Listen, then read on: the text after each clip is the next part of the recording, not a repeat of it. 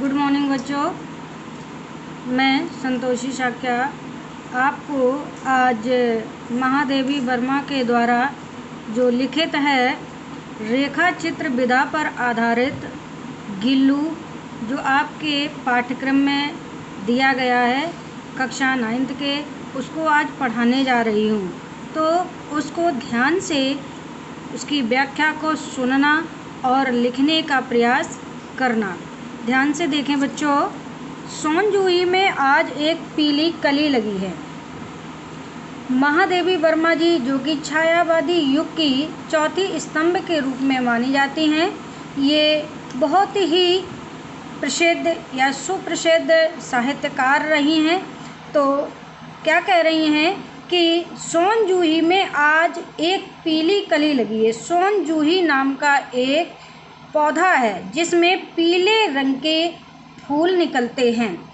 तो एक कली निकली है। कली मानी छोटी सी कली जो होती है, जो फूल विकसित नहीं हुआ है या खिला नहीं है, तो वो छोटी सी आज कली दिखी। उसे देखकर अनायास ही उस छोटे जीव का स्मरण हो आया। वर्मा जी क्या कहती हैं कि मुझे उस सोन जूही के पौधे में पीले रंग की कली को जब मैंने देखा तो उसको देख करके अनायास मानी क्या होता है, अचानक से उस छोटे से जीव को हमारे हृदय ने याद किया, या अचानक हमें उस छोटे से जीव की याद आ गई जो इस लता की सघन हरितमा में छिपकर बैठता था। जो इस लता मानी बेल की घनी हरी छाया में छिपकर बैठता था और यहीं पर कूदता फांदता या खेलता रहता था, और फिर मेरे निकट मानी पास पहुँचते ही कंधे पर कूदकर मुझे चौंका देता था। तो उस छोटे से जीव की नटखट भरी बातों को याद करते हुए वर्मा जी बहुत दुखी हो रही हैं या उसको याद कर रही हैं कि जैसे ही मैं सोन जूही की लता के पास पहुंचती थी तो वह उससे निकल करके मेरे पास पहुंचने के लिए मेरे कंधे पर कूद जाता और मुझे अचानक से चौंका देता मतलब डरा देता। तब मुझे कली की खोज रहती थी। उस समय मुझे सोन जूही के पौधे में लगी हुई कली की खोज मतलब मैं ढूंढती थी। पर आज उस लघु प्राणी की खोज है।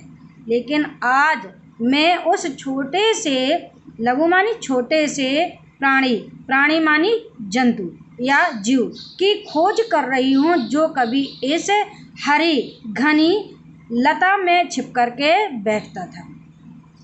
परंतु वह तो अब तक इस सोन जूही की जड़ में मिट्टी होकर मिल गया होगा। कौन जाने स्वर्णम कली के बहाने वही मुझे चौंकाने ऊपर आ गया हो।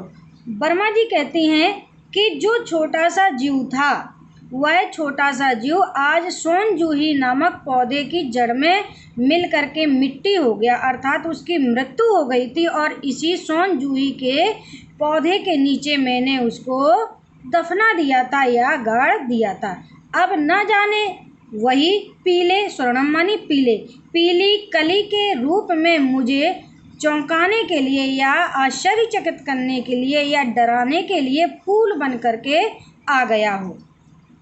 अचानक एक दिन सवेरे कमरे से बरामदे में आकर मैंने देखा 2 कौवे एक गमले के चारों ओर चोंचों से छुआछुआल जैसा खेल खेल रहे हैं। वर्मा जी कहते हैं कि अचानक से मैंने अपने कमरे से जब मैं बाहर निकली तो मैंने क्या देखा कि बरामदे में जहाँ मेरे गमले रखे हैं, वहाँ पर उस गमले के आसपास 2 कौवे चोंचों को लड़ा करके या चोंच से चोंच लगा करके ऐसा छुआछुअल जैसे कि कोई बच्चे एक दूसरे को छूने वाला खेल खेलते हैं, इस तरीके का कोई खेल खेल रहे थे।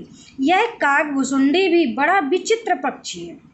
कागभुसुंडी किसे कहा गया है? कौवे में। काग पुराण में कौवे को कागभुसुंडी के नाम से पाया जाता है या वर्णन किया गया है। तो क्या कह रही हैं वर्मा जी कि ये कौवा भी बड़ा विचित्र प्राणी है या पक्षी है, एक साथ समादृत। कुछ दिनों में इसको बड़ा सम्मान मिलता है, अनादृत आदर किया जाता है, अति सम्मानित, बहुत सम्मान दिया जाता है, अति अवनत। और कुछ दिनों में इसको बहुत ही अपमानित भी किया जाता है या उसका अपमान भी किया जाता है। हमारे बेचारे पुरखे न गरुड़ के रूप में आ सकते हैं, न मयूर के, न हंस के। उन्हें पितर पक्ष में हमसे कुछ पाने के लिए काक बनकर ही अवतीर्ण होना पड़ता है। ध्यान से सुनना बच्चों, आपको यहाँ से लेकर के देना पड़ता है, इस तक का आपको व्याख्या करनी है, तो ध्यानपूर्वक सुने।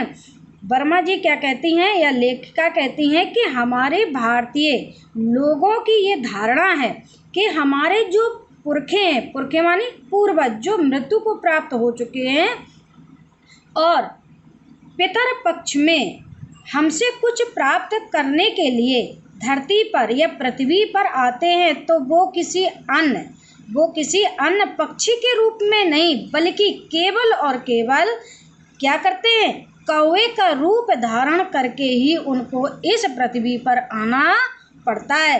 वैसे तो अन्य और भी पक्षी हैं, जैसे गरुड़ हैं, मोर हैं, हंस हैं, लेकिन हमारे पितर पक्षों को न गरुड़ का रूप पसंद आता है, न मोर का और न ही हंस का।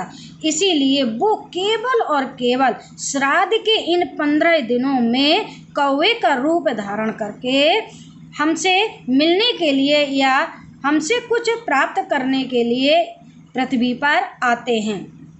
और हम श्राद्ध पक्ष में अपने पूर्वजों की तृप्ति यानी कि आत्मा की तृप्ति के लिए हम उन कौवों का बड़ा ही सम्मान करते हैं, उन्हें भोजन कराते हैं अच्छा और उनका आदर सत्कार करते हैं। तो कहने का तात्पर्य वर्मा जी का ये है कि हमारे जो पूर्वज हैं वो इन श्राद्ध पक्ष के या पितर पक्ष के 15 दिनों में कौवे का रूप धारण करके अपनी आत्माओं के सहित यहाँ पृथ्वी पर आते हैं, या हमारे पूर्वजों की आत्माएं कौवे का रूप धारण करके आती हैं और हम उन्हें बड़े ही मान सम्मान के साथ उनकी तृप्ति के लिए भोजन कराते हैं।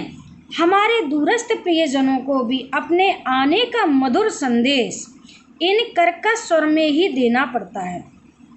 और हमारे घर की मुडेर पर बैठे हुए कौवे की ध्वनि को सुनकर, या जब कौवा हमारे घर की या छत की मुडेर पर बैठकर काँव काँव करता है, तो हमारी भारतीय परंपरा में ये माना जाता है कि निश्चित तौर पे आज हमारे घर पर कोई आने वाला है, अर्थात मेरा प्रिय जो आने वाला है उसका मधुर आने का संदेश हमें इस कर्कश मानी कड़वी, क्योंकि कौवे की आवाज़ कैसी है, कड़वी या कर्कश है, तो कौवे की कर्कश आवाज़ में ही हमें सुनना पड़ता है।